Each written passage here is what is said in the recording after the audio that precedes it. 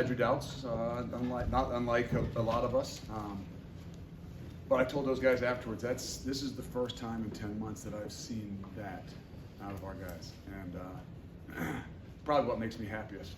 And it's not just finding a way to win; it's the resiliency, it's the fight, the grit that I don't know that I had seen. We'd been in some situations in fourth quarters, in 2 games this year, and didn't find a way to come out with it.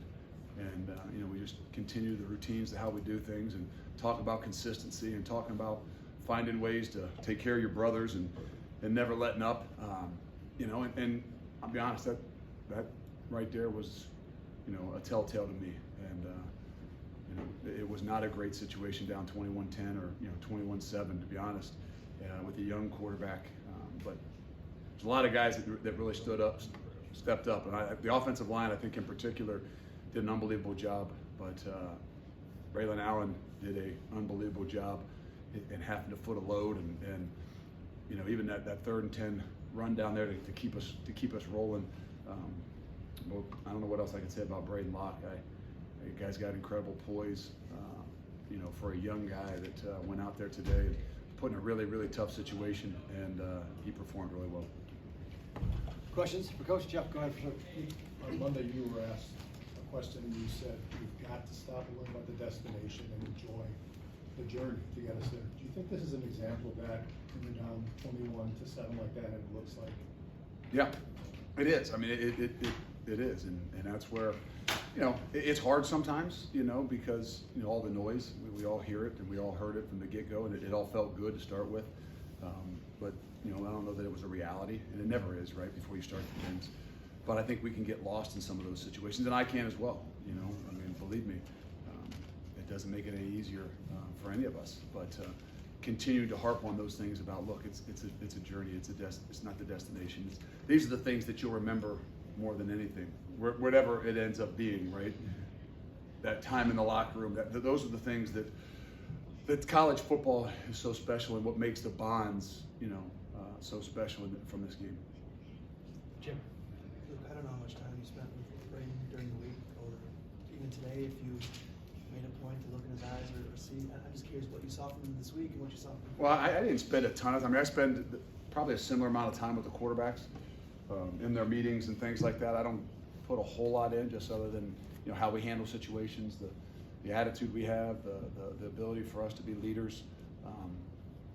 And I didn't want to put more upon his plate the whole week, right? So in some ways I kind of backed away and let him just kind of go about his business. But I said it a few minutes ago, last week was a rough one, especially for him. He comes in there in a really tough situation, but he did show me something last week, meaning that, like, as tough as it was, he didn't look overwhelmed. He didn't look like he was rattled. He had a poise and patience, maybe a little bit too much, and didn't throw the ball away. But I really believe that he's got an internal confidence. He's got some poise to him, and I really think that last week helped him in a lot of ways. And, so he's going to continue to grow, and he did a phenomenal job today. Cool. Luke, you mentioned that 3rd and 10 run by Braylon. A lot of coaches in that situation are just thinking we've got to throw because of the time and everything like that. What went into the thought process there of giving him another chance with the ball? Well, we knew it was a 4-down situation, so you had some opportunities to get yourself into the position where you're going to go for it on 4th down. But when it comes down to it, you got to get the ball in your horse's hands, and sometimes it doesn't always look like the right thing. But if you can get it in your horse's hands and you can give them an opportunity, they're the ones that make plays. We said before the game, I said before the game, this is going to be about a game of making plays. And the last couple of weeks, that's just what we haven't done. At least last week, we just to make the plays that come your way is what you work for. And sometimes it doesn't happen. And the first half, it didn't happen. I thought we dropped some balls. I thought we, missed some tackles. But they didn't hang their head. They didn't bat an eye, and in the second half, they went out there and they made some plays. I mean, the Will Pauling adjustment to make the touchdown catch to Braylon, to Braden. I mean, just the game comes down to plays that have to be made. We didn't make many of them in the first half, but we made a lot of them in the second half. Oh, Jesse. Coach Jesse. Look, I know you're not thinking about Ohio State yet, but just given how tough of a stretch this is for the team, how critical do you think a performance like this was just for the morale It's big. I mean, you know, we're all learning each other. We're all growing. You know, we all thought and maybe think at the beginning of the year that this thing's going to go this direction and this is how it's going to be and we're going to roll. And seasons never go like that. And you got to go through the ups and the downs. And unfortunately, sometimes you got to go through a bit more of the downs. And you got to find ways to grow. And, you know, so this was big. I think big for confidence. I think big for just showing that we have the fight, you know, that passion to play the game. That they do. It's just sometimes when we've been put into situations late in the games, we haven't been able to make those plays. And you know, so there's a lot of things. Come out with a victory is obviously huge, and momentum, the energy, and things like that. But I think the ability to make plays, especially down the stretch, the ability to come back, I think has a far bigger impact than anything else. Jeff, a little bit further. You talk about making plays late in the game. You throw the ball to a guy who sure did it in practice, the touchdown catch by Rucci. But what goes into saying, okay, we've got confidence in this guy to make that play when we're down? I'm not sure that I would have said that was exactly the play that we would go to. But you know, in that situation, it was. And in some ways, I'm saying, oh, I'm not sure. If I had another timeout, maybe we'd have called it right there. But you know, you got confidence, and you got to put it in. And we're in a better situation, obviously, because we can kick a field goal. We feel like we got some momentum. We'll go to overtime. We feel good about what we're doing. But we want to find a way to win the football game, and you had to take a shot at it. And I give Phil, I give the offense, I give Rucci, you know, and Braden all the props, because ultimately they had to make the play. And thank goodness he's 6'7", because he needed all of it. Go on. Luke, some of the second half drives, there were a couple of plays where their quarterback extended the drive with some runs, but ultimately you guys had only one touchdown given up and 3 punts in 4 drives. What did you see from your defense in being able to respond and also on those plays? Yeah, I mean, you know, we didn't make some of those plays, and gotta give the guy credit. He did a great job at making us miss, pulling the ball, and I don't know how many yards rushing he had, but he was a difference maker. And but they didn't bat an eye. They didn't duck their head. They didn't stop fighting. And you know, there's a lot of those third down situations where we're critical, you know, to get our offensive ball back. You got the wind in the fourth quarter. Those situations were huge, and we didn't make the plays. You know, the last one, I think we were all out pressure, and he ran around the edge on Kamoy. You know, we did that on purpose, saying, okay, well, we've had a hard time tackling. Let's get Kamoy off the edge. I think he's a guy who can run him down, and the guy made a play. And I think that's what ultimately it comes down to.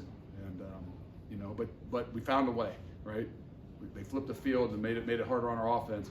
But in some way, somehow, we found a way to make the plays when we needed to stop them on third down and force them into punt. Let's go Mark and then Mike. Along the same lines with the defense, I mean, you still had 30 seconds left, had to go out and stop that final possession. What did you see there? And obviously there are a couple plays, at least maybe that hook and ladder. Yeah, the hook and ladder. I think we've seen that. I think we gave up something earlier. It's one of those things you talk about, but it's hard to simulate. But you know, obviously we were in a good situation.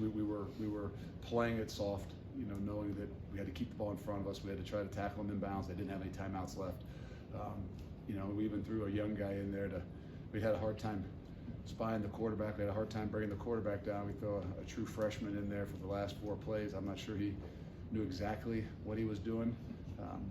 But we said, hey, you just mirror the quarterback, and if he takes off, you got to go get him. And we did it. So, but no, we made it a little closer than we needed to. You know, the hook and ladder put them in a situation. But again, it goes back to they're against the wind with 30 seconds to go. It's a really tough situation. Let's go Mike over here. Luke, you talked about the wind. How difficult of a decision or debate was that at halftime to decide on the wind?